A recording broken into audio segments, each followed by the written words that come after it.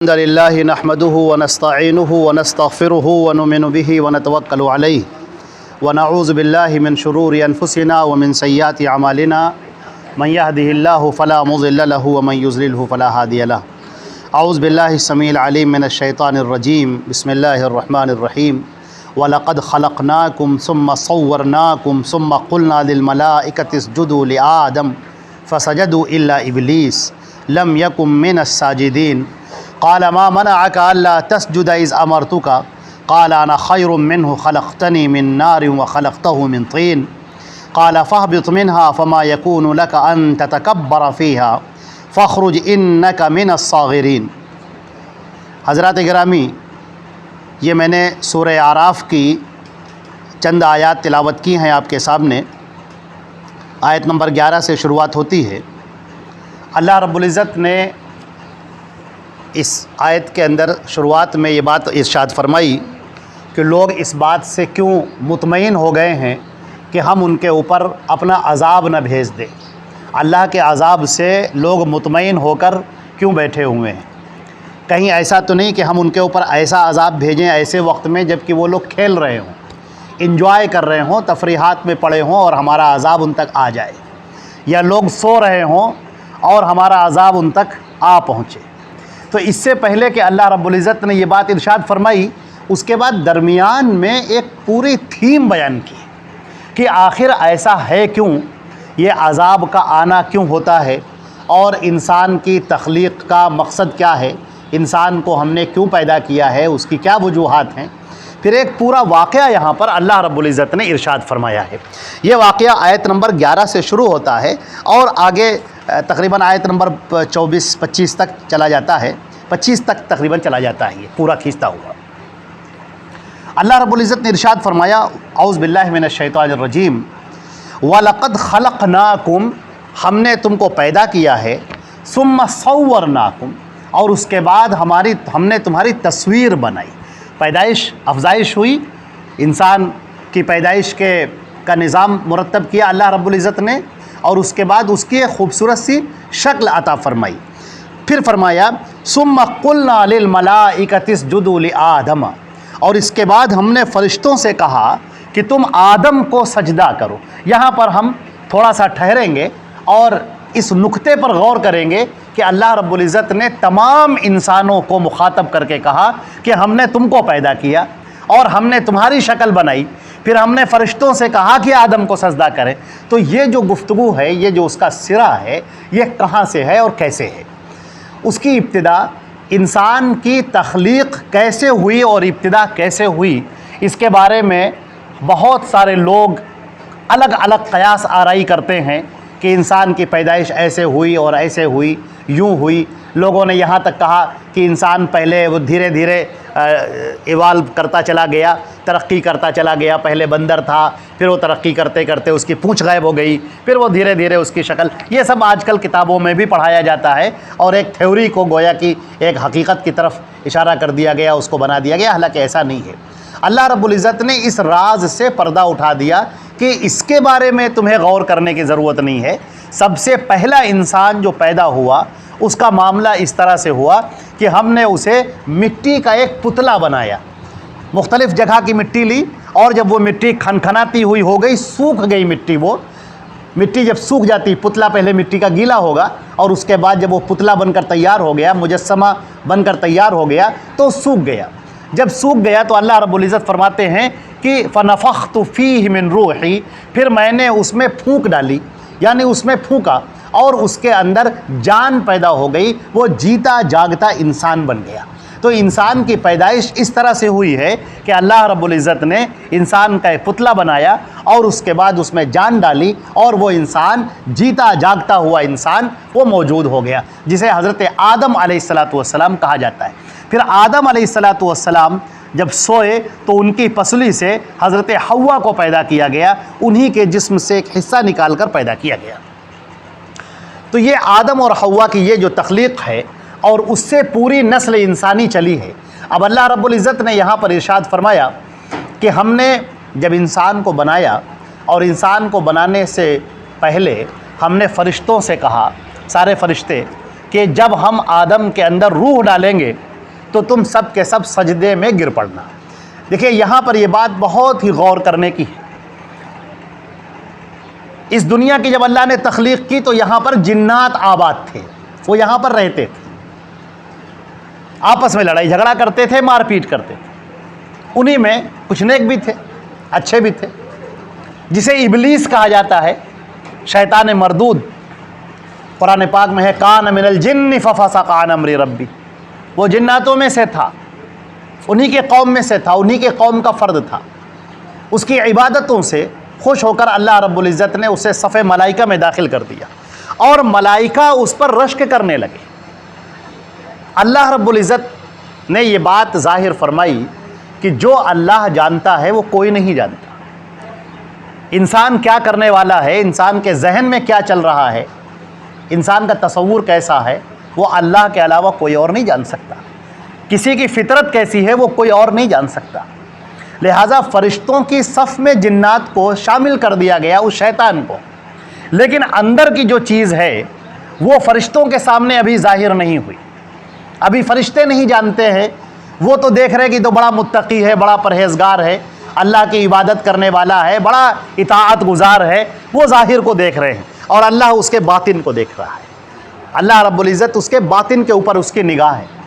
چنانچہ اب یہاں پر آزمائش ہوئی۔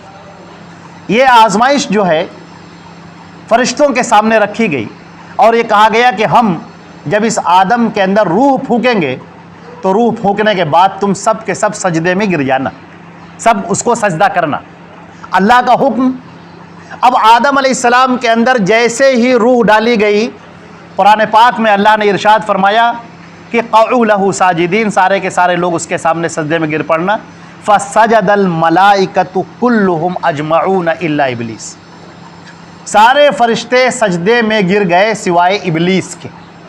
سارے فرشتے سجدے میں گر گئے۔ یہاں پر دو لفظ استعمال کیے گئے، فسجد الملائکۃ کلہم، سب کے سب، اجمعون، سارے کے سارے فرشتے۔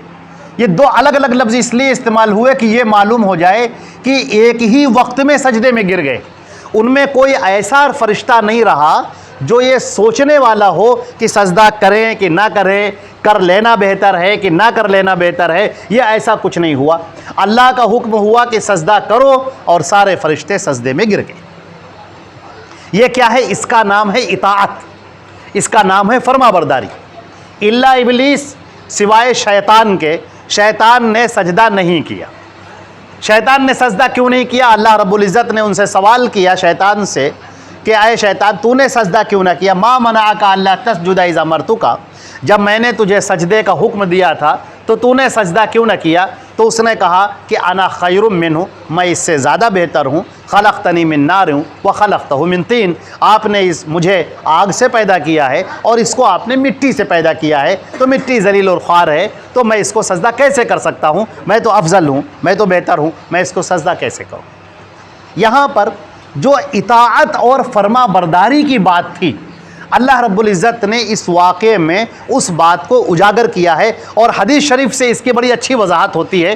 حضرت عبداللہ ابن مسعود رضی اللہ تعالیٰ عنہ ایک صحابی ہیں، اللہ کے نبی صلی اللہ علیہ وسلم خطبہ دے رہے تھے، جمعہ کا خطبہ ارشاد فرما رہے تھے کہ خطبے کے دوران آپ نے دیکھا کچھ لوگ دھوپ میں کھڑے ہوئے ہیں، کھڑے ہو کر خطبہ سن رہے ہیں۔ آپ نے کہا کہ بیٹھ جاؤ، اسی خطبے کے دوران آپ نے کہا اجلسو، بیٹھ جاؤ۔ عبداللہ ابن مسعود جو مسجد میں داخل ہو رہے تھے، اور ان کا ایک قدم مسجد کے اندر تھا اور دوسرا قدم باہر تھا، جیسے ہی نبی کریم صلی اللہ علیہ وسلم کے یہ الفاظ ان کے کانوں میں پڑے، جیسے ہی یہ الفاظ پڑے کہ بیٹھ جاؤ، وہ اسی وقت وہیں پر بیٹھ گئے، اسی ڈیوڑی پہ، اسی چوکھٹ پہ، اسی جگہ پر بیٹھ گئے۔ کیوں؟ اللہ کے رسول کا حکم ہے بیٹھ جاؤ، تو پھر بیٹھ گئے۔ اب اس میں قال و قیل نہیں چلتی، اف اور بٹ نہیں چلتا، حجت نہیں چلتی۔ چنانچہ اللہ رب العزت نے اطاعت کا یہ نمونہ پیش کیا ہے کہ دیکھو فرشتوں کے اندر دیکھو، لا یعصون اللہ ما امرہم، وہ کبھی اللہ کی نافرمانی نہیں کرتے، اللہ کے بڑے مقرب لوگ ہیں وہ۔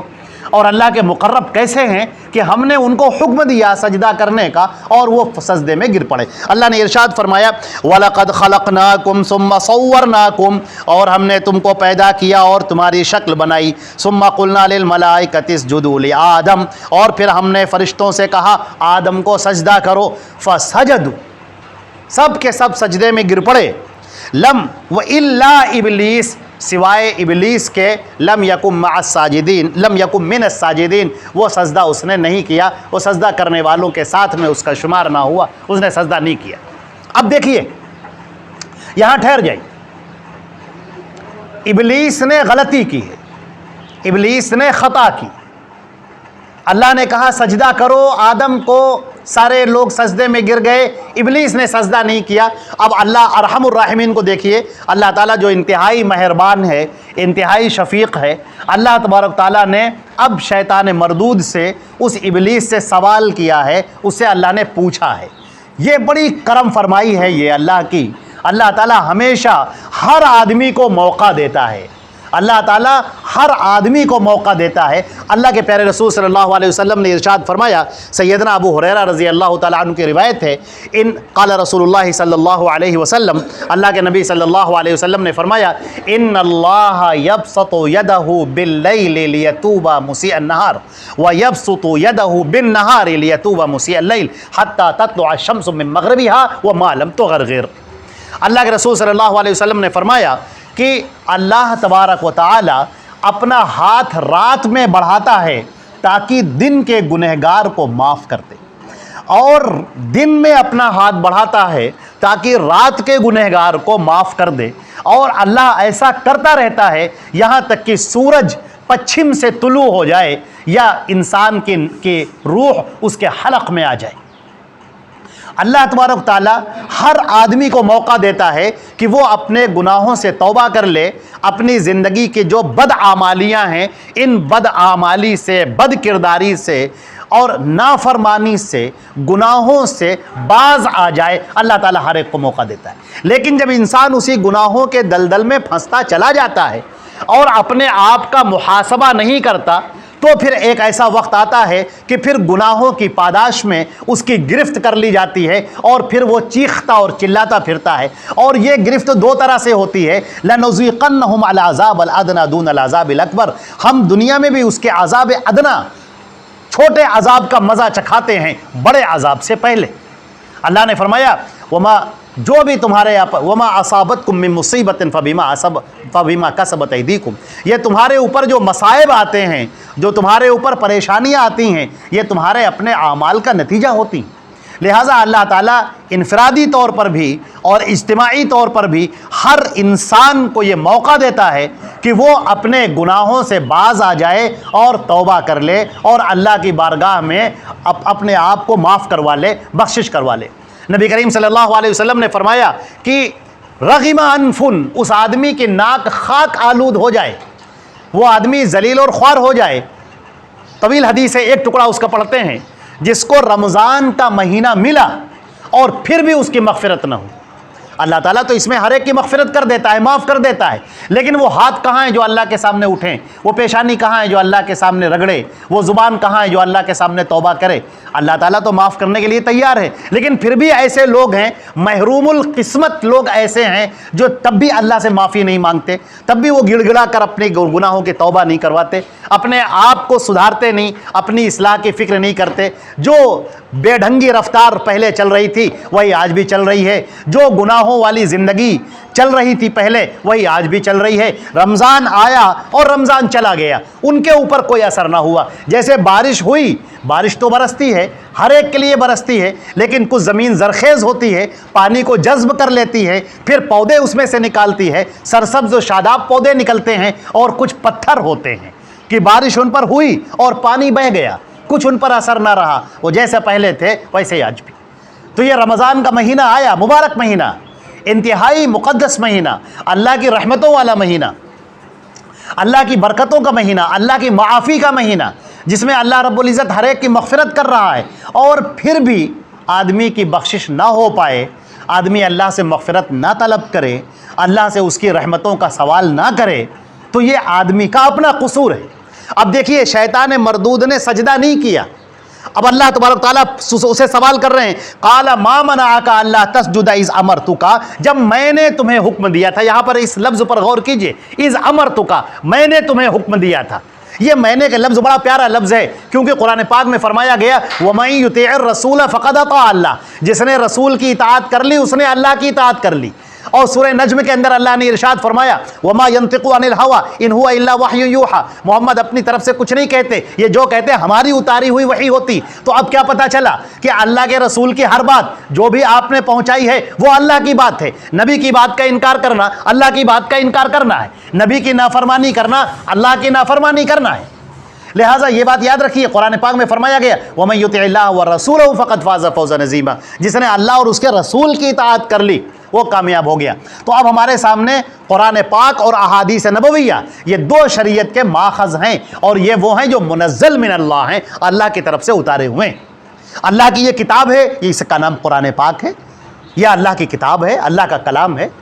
اور اس قرآن پاک کی تشریح, اس کی تفسیر, اس کی وضاحت, اس میں کیا کہا گیا ہے, اس کی پوری صحیح تصویر کشی وہ حدیثوں کے اندر ملتی ہے, صحیح احادیث میں. تو قرآن پاک اور صحیح احادیث یہ ہمارے لیے شریعت ہیں, یہی دین ہے, یہی اسلام ہے, اور اسی پر عمل کرنے کا ہم سے مطالبہ کیا جا رہا ہے. لہٰذا آپ دیکھیے یہاں پر فرمایا کہ جب میں نے تمہیں حکم دیا تھا ما منعک الا تسجد, تو پھر تم نے سجدہ کیوں نہیں کیا. قال انا خیر منہ, اب دیکھیے شیطان کی یہاں سے اللہ کا حکم آنے کے بعد ایک مومن کا طریقہ یہ ہے کہ وہ اطاعت کرے. اللہ نے قرآن پاک کے اندر ارشاد فرمایا کہ مومنین کی صفت, ایک طرف یہودیوں کی صفت اور ایک طرف اس کے بالمقابل مومنین کی صفت. یہودیوں کا معاملہ اللہ نے فرمایا, ان کا معاملہ یہ ہے کہ وہ کہتے ہیں سمعنا وعصینا, ہم نے سن لیا لیکن ہم نافرمانی کریں گے, ہم بات نہیں مانیں گے. اور اس کے بالمقابل مومنوں کا طریقہ, مومنین صادقین کا طریقہ اللہ نے بیان کیا سمعنا واطعنا, ہم نے سن لیا اور ہم اطاعت گزار ہو گئے, ہم آپ کی اطاعت میں لگ گئے. تو مومنین کا طریقہ یہ ہے کہ اللہ کا حکم سنتے ہیں, اس کے رسول کا حکم سنتے ہیں اور عمل کرنے کے لیے لبک پڑتے ہیں, دوڑ پڑتے ہیں. اس میں وہ اف اور بٹ نہیں کرتے, چنی اور چنا نہیں کرتے, چرا نہیں کرتے. کیوں ایسا کیوں ہو گیا, تو یہ کیوں ہے, اس کی ایسی حکمت کیوں ہے, تو یہ کیوں کہہ دیا, تو ایسا کیوں کہہ دیا, وہ نہیں. انہوں نے نبی کی بات سنی اور بات سننے کے ساتھ فوراً اطاعت کے اوپر لگ گئے. ایک مومن کی یہی شان ہے. اب دیکھیے شیطان مردود سے اللہ رب العزت نے یہ سوال کیا کہ یہ بتاؤ, یہ اس نے نافرمانی کی, نافرمانی کرنے کے بعد اللہ اسے موقع دے رہا ہے کہ شاید اب وہ باز آ جائے. اسے سوال کیا جا رہا ہے کہ جب میں نے تمہیں حکم دیا تھا تو تم نے سجدہ کیوں نہ کیا. اس نے کہا میں اس سے بہتر ہوں, آپ نے مجھے آگ سے پیدا کیا اور اس کو آپ نے مٹی سے پیدا کیا ہے. اللہ نے فرمایا فاہبط منہا, تم یہاں سے اتر جاؤ, چلے جاؤ. فما یکون لک ان تتکبر فیہا, یہاں پر تمہیں کبر کرنے کی, گھمنڈ کرنے کی کوئی اجازت نہیں ہے. فاخرج انک من الصاغرین, تو ذلیل اور خوار ہو کر یہاں سے چلا جا. اللہ رب العزت کی نافرمانی کرنے والا وہ ذلیل اور خوار ہوتا ہے.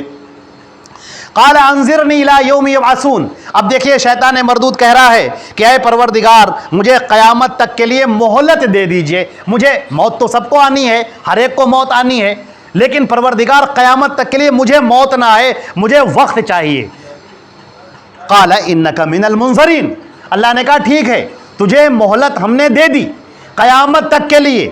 اب سنیے, قال, تو اب شیطان کہتا ہے, اب وہ اپنی اسکیم, اپنا پلان بیان کرتا ہے. شیطان کہتا ہے فبما اغویتنی, آپ نے مجھے یہاں سے بھگا دیا, مجھے جنت میں رہنے کے لائق نہ رکھا, اپنے مخصوص دربار سے آپ نے مجھے نکال دیا ہے. لأقعدن لهم صراطک المستقیم, تو میں تیرے سیدھے راستے پر میں بیٹھ جاؤں گا. دیکھیے جیسے آپ دیکھتے ہیں سڑک کے بیچوں بیچ کوئی بیٹھ جائے اور آدمی کو نکلنے نہ دے. آپ نے دیکھا ہوگا جب پروٹیسٹ ہوتا ہے, کوئی احتجاج ہوتا ہے تو لوگ سڑک پر بیٹھ جاتے ہیں. اب گاڑیاں ہیں نہیں نکل پا رہی ہیں, موٹر سائیکل ہیں نہیں نکل پا رہی ہیں, آدمی کو نہیں نکلنے دیا جا رہا ہے. تو شاید یہ کیا مطلب ہوتا ہے, ہم نے سڑک جام کر دی ہے, چکا جام کر دیا, کسی کو نکلنے نہیں دیں گے جب تک ہماری سنوائی نہیں ہو جاتی. یہ ایک طریقہ ہوتا ہے. شیطان مردود کا کہنا کیا ہے کہ میں تیرے سیدھے راستے پر بیٹھ جاؤں گا اور کسی کو سیدھے راستے پر نہیں چلنے دوں گا. دائیں بائیں چلیں گے گمراہ ہو جائیں گے, لیکن جو تیرا سیدھا راستہ ہے، اب سوال یہ ہے کہ سیدھا راستہ کون سا ہے جس کے اوپر شیطان مردود بیٹھ گیا ہے اور انسان کو آگے نہیں بڑھنے دے گا؟ صراط مستقیم، جو قرآن پاک میں ارشاد فرمایا گیا، جس کو ہم کہتے ہیں اہدنا الصراط المستقیم، پروردگار مجھے صراط مستقیم عطا فرما دے، وہ صراط مستقیم جس پر تو نے انعام کیا ہے، اور اس راستے پر مت لے چل جن کے اوپر تیرا غضب نازل ہوا ہے، جو گمراہ ہو گئے ہیں۔ اب صراط مستقیم کیا ہے؟ ایک لفظ میں اس کو سن لیجئے، سورہ یاسین کے اندر اللہ نے ارشاد فرمایا یاسین والقرآن الحکیم انک لمن المرسلین، یاسین قسم ہے قرآن حکیم کی، آپ رسول ہیں، انک لمن المرسلین علی صراط مستقیم، اور آپ ہی صراط مستقیم پر ہیں۔ ایک تابعی ہیں ابو قلابہ، انہوں نے کہا کہ صراط المستقیم ہوا رسول اللہ صلی اللہ علیہ وسلم، صراط مستقیم خود اللہ کے رسول صلی اللہ علیہ وسلم ہے۔ بس جیسے آپ نے ایک وہ دیکھا ہوگا جو کمپاس ہوتا ہے، کمپاس میں ایک نیڈل سوئی لگی ہوئی ہوتی ہے جو آپ کو ڈائریکشن بتاتی ہے، ادھر جانا ہے، ادھر جانا ہے، وہ آپ کو ڈائریکشن بتاتی۔ آپ اس کے لحاظ سے چلتے رہیں گے، ہوائی جہاز اسی کے لحاظ سے چلتے ہیں، پانی میں جو شپ چلتے ہیں وہ اسی کے لحاظ سے چلتے ہیں۔ اگر اس کمپاس کی جو سوئی سے ذرا بھی ادھر ادھر ہو جائے تو پھر وہ سینکڑوں کلومیٹر دور چلے جاتے ہیں، مشرق اور مغرب کا فرق آ جاتا ہے، جانا کہاں تھا، جانا چلے گئے کدھر۔ قرآن پاک میں دو ہی لوگوں کو بیان کیا گیا، فریق فی الجنت و فریق فی السعیر۔ انسان جو بھی مر کے یہاں سے جائیں گے وہ اس کے دو کیٹیگری ہوں گی، یا تو وہ جنت میں جائیں گے تو جہنم میں جائیں گے۔ اور صراط مستقیم پر شیطان نے کہا میں پروردگار بیٹھ جاؤں گا اور کسی کو صراط مستقیم فالو نہیں کرنے دوں گا، صراط مستقیم نہیں کرنے دوں گا۔ کیا مطلب ہے اس کا؟ کہ میں تیری شریعت پر عمل کرنے سے لوگوں کو منع کروں گا۔ اب کیسے حملہ کروں گا؟ ان کے ذہن پر حملہ کروں گا، دل پر حملہ کروں گا، دماغ پر حملہ کروں گا۔ الشیطان یعدکم الفقر، شیطان تم کو فقر و فاقے کا خوف دلاتا ہے، ویخوف اولیاء، اور یہ کہ شیطان جو ہے اپنے جو اس کے جانکار لوگ ہیں ان کے ذریعے سے لوگوں کو ڈراتا ہے، خوف زدہ کرتا ہے، مستقبل کی باتیں لاتا ہے، اندیشے لاتا ہے، بہت ساری چیزیں لے کر آتا ہے کہ شریعت پر عمل کیا تو ایسا ہو جائے گا، شریعت پر عمل کیا تو ایسا ہو جائے گا۔ یہ بہت ساری چیزیں انسان کے سامنے شیطان رکھتا ہے تاکہ وہ اللہ کے رسول کی بات نہ مان سکے، بس۔ اور جیسے ہی انسان اللہ کے رسول کی بات نہیں مانتا ہے وہیں پر وہ گمراہ ہو جاتا ہے۔ تو شیطان مردود بیٹھ گیا۔ فرمایا اعوذ باللہ من الشیطان ثم لآتینہم من بین ایدیہم ومن خلفہم وعن ایمانہم وعن شمائلہم، اور پھر میں اس کے سامنے سے آؤں گا اور اس کے پیچھے سے آؤں گا اور ان کے دائیں طرف سے آؤں گا اور ان کے بائیں طرف سے آؤں گا۔ ولا تجد اکثرہم شاکرین، اور آپ اپنے اکثر بندوں کو شکر گزار نہیں پائیں گے۔ بڑا عجیب و غریب یہ جملہ ہے کہ آپ اپنے بندوں کو شکر گزار نہیں پائیں گے۔ کیا مطلب ہے؟ اے میرے پروردگار، تیرے بندے تیرا کھائیں گے، تیرا دیا ہوا رزق کھائیں گے، تیری دی ہوئی سانسیں لیں گے، تیری بنائی ہوئی دنیا میں رہیں گے اور تیری عطا کردہ نعمتیں صبح و شام کھائیں گے، لیکن سجدے کہیں اور کریں گے، مانگیں گے کسی اور سے، طواف کہیں اور کریں گے، اپنے ہاتھ اٹھا کر بلبلا کر گڑ گڑا کر کسی اور کو پکاریں گے، آپ کو نہیں پکاریں گے۔ آپ تو دنیا جہان کے رب ہیں، پروردگار ہیں، اس کو انسان کو آپ نے پیدا کیا ہے، اس کی ضرورتیں آپ پوری کرنے والے ہیں، خالق ہیں، مالک ہیں، رازق ہیں، غالب ہیں، قاہر ہیں، آپ سب کچھ ہیں، لیکن میں ایسا کر دوں گا کہ تیرے بندے تجھ سے نہیں مانگیں گے۔ یہ کیا ہوگا؟ یہ تیری توہین ہے، یہ تیری گستاخی ہے کہ تیرے بندے جو سب کا دینے والا ہے اور اسی سے وہ نہیں مانگ رہے ہیں، اور اس سے مانگ رہے ہیں جو محتاج ہے، جو سن نہیں سکتا اس کو سنا رہے، انک لا تسمع من فی القبور، اور جو جواب نہیں دے سکتے ان کو وہ پکار رہا ہے، پتھر کی مورتیوں کے سامنے سجدہ کر رہا ہے، ان کی عزت کر رہا ہے، احترام کر رہا ہے، ان کے لیے رو رہا ہے، گڑ گڑا رہا ہے، ایک پیر پر کھڑا ہوا ہے ان مورتیوں کے سامنے۔ اور تیری ذات جو سب سے بلند و بالا ہے، مستوی عرش ہے، اس کے لیے سجدہ نہیں، اس کے لیے پکارنا نہیں، وہ تڑپ، وہ بلبلاہٹ نہیں ہے، وہ گریہ وزاری نہیں ہے، وہ محبت کا سر چڑھ کر بولتا ہوا جادو، وہ تیرے لیے نہیں کسی اور کے لیے۔ وَلَا تَجِدُ أَكْثَرَهُمْ شَاكِرِينَ، آپ اپنے بندوں کو شکر گزار نہیں پائیں گے۔ قَالَ اُخْرُجْ مِنْهَا مَذْمُومًا مَدْحُورًا، اللہ تعالیٰ نے فرمایا کہ تو ذلیل اور خوار ہو کر یہاں سے نکل جا۔ لَمَنْ تَبِعَكَ مِنْهُمْ، جو بھی تیری بات مانے گا، لَأَمْلَأَنَّ جَهَنَّمَ مِنْكُمْ أَجْمَعِينَ، تو میں تم سب سے جہنم کو بھر دوں گا۔ میرے عزیزوں، میرے بھائیوں، میرے دوستوں، میرے بزرگوں، یہ قول فیصل ہے، یہ قول فیصل ہے. جو نبی کی بات مانے گا وہ جنت میں جائے گا، جو شیطان کی بات مانے گا جہنم میں جائے گا. یہ قول فیصل ہے.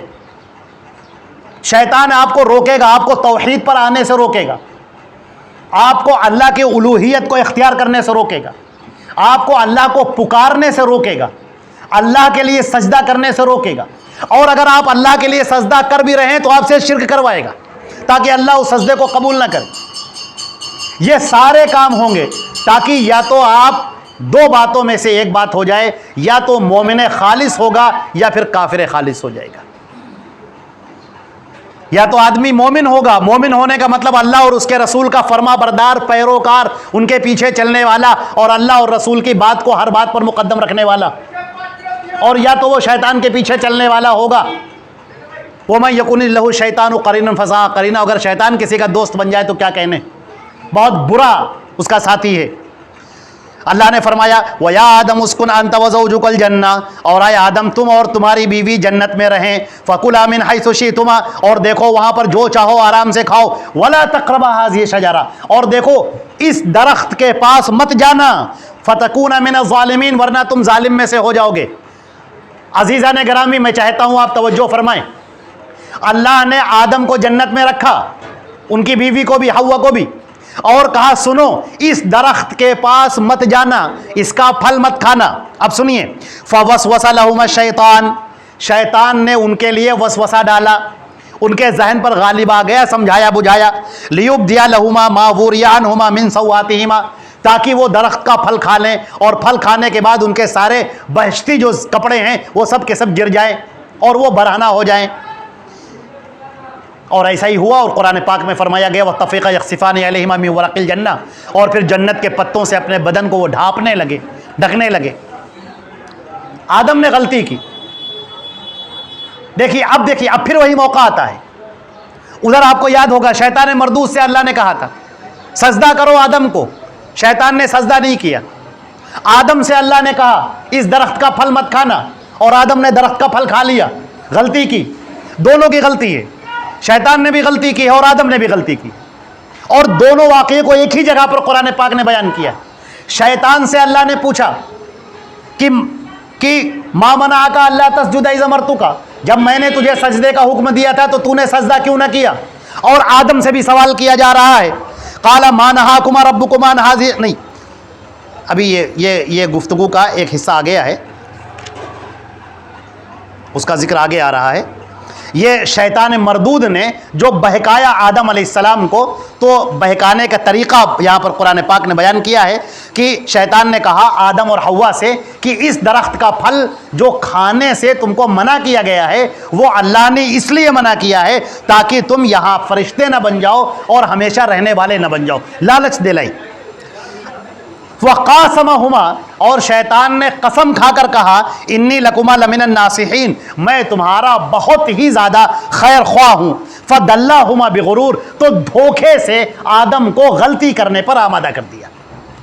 فلما ذاق الشجرہ، جب آدم اور حوا نے وہ درخت کا پھل کھا لیا، بدت لہما سواتہما، تو ان کی شرمگاہیں کھل گئیں. وطفق یخصفان علیہما من ورق الجنہ، اور وہ جنت کے پتوں سے اپنی شرمگاہ کو ڈھکنے لگے. وناداہما ربہما، اور اب ان کے رب نے ان کو آواز دی اور کہا علم انہکما ان تلکما شجرہ، کیا میں نے تم کو منع نہیں کیا تھا کہ اس درخت کا پھل مت کھانا. وَأَقُلْ لَكُمَا إِنَّ الشَّيْطَانَ لَكُمَا عَدُوٌّ مُّبِينٌ، اور کیا میں نے تم سے نہیں کہا تھا کہ شیطان تمہارا کھلا ہوا دشمن ہے. اب دیکھیے شیطان مردود نے غلطی کی، اللہ نے اس سے پوچھا کہ تم نے ایسا کیوں کیا. آدم اور حوا نے غلطی کی، آدم اور حوا سے اللہ نے پوچھا کہ تم نے ایسا کیوں کیا. شیطان نے عقلی گھوڑے دوڑائے، بڑی بڑی باتیں بیان کی، چرب زبانی ظاہر کی، لیکن آدم علیہ السلام کا جب معاملہ آیا تو قالا، دونوں نے فوراً کہا ربنا ظلمنا انفسنا، اے ہمارے پروردگار ہم سے غلطی ہو گئی، ہم نے اپنے نفس پر ظلم کر دیا. وَإِن لَّمْ تَغْفِرْ لَنَا وَتَرْحَمْنَا، اور اگر آپ نے ہمیں معاف نہ کیا اور ہم پر رحم نہ کیا، لَنَكُونَنَّ مِنَ الْخَاسِرِينَ، تو ہمارا بڑا خسارہ ہو جائے گا، ہم خسارہ اٹھانے والوں میں سے ہو جائیں گے. عزیزان گرامی، ہم اپنی بات یہیں پر روکتے ہیں. اور آدم علیہ السلام کا اور شیطان مردود کا یہ جو دو کردار یہاں پر پیش کیا گیا ہے وہ آپ کے سامنے رکھتے ہیں کہ غلطی ہوتی ہے، غلطی کی، لیکن شیطان کا معاملہ کیا ہے کہ اپنی غلطی پر قائم رہتا ہے، اپنی غلطی کو غلطی نہیں سمجھتا، اس کے لیے عقلی گدے دوڑاتا ہے، عقلی تعویل کرتا ہے، سمجھاتا ہے، وہ اپنے نفس کو تھپکی دے کر صلح دیتا ہے۔ اور آدم علیہ السلام کا ایک رسول، ایک نبی کا کردار ایسا ہوتا ہے کہ وہ اپنی غلطی فوراً تسلیم کر لیتا ہے، اور جو اپنی غلطی فوراً تسلیم کر لے یہ انبیاء کی صفت اس کے اندر ہے، یہ نبیوں والا طریقہ ہے، اپنی غلطی فوراً مان لینا۔ حدیث شریف میں بھی فرمایا گیا کلکم خطاؤن، تم سب غلطی کرنے والے ہو، وخیر الخطائین التوابون، لیکن وہ بہتر غلطی کرنے والے وہ لوگ ہیں جو فوراً توبہ کر لینے والے ہیں۔ اللہ رب العزت ہم کو اور آپ کو توبہ کی توفیق عطا فرمائے، اپنے رب کی بارگاہ میں جھکنے کی اور اسے معافی مانگنے کی توفیق عطا فرمائے، اور اللہ کے رسول کے احکامات پر عمل کرنے کی توفیق عطا فرمائے، شریعت پر چلنے کی توفیق عطا فرمائے۔ اے اللہ اپنے فضل و کرم سے ہماری خطاؤں کو، گناہوں کو معاف فرما۔ اللہم ربنا تقبل منا انک انت السمیع العلیم وتب علینا انک انت التواب الرحیم، وصلی اللہ علی محمد وآلہ وصحبہ اجمعین، والسلام علیکم ورحمۃ اللہ وبرکاتہ۔